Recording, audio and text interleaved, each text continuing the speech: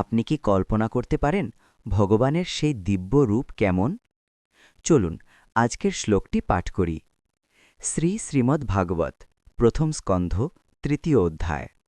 শ্রীকৃষ্ণ হচ্ছেন সমস্ত অবতারের উৎস। শ্লোক ৪। পশ্যন্ত্যদোপমদভ্রচক্ষুষা সহস্রপাদোরুভুজাননাদ্ভুতম সহস্রমূর্ধশ্রবণাক্ষিনাসিকম সহস্রমৌল্যম্বরকুণ্ডলোল্লসৎ। অনুবাদ: ভক্তরা তাদের বিজ্ঞানচক্ষুর দ্বারা পরম চমৎকার অসংখ্য হস্ত, পদ, মুখযুক্ত পুরুষের দিব্য রূপ দর্শন করেন। সেই শরীরে অসংখ্য মস্তক, কর্ণ, চক্ষু এবং নাসিকা রয়েছে। সেগুলি অসংখ্য মুকুট, উজ্জ্বল কুণ্ডল এবং মালিকার দ্বারা শোভিত।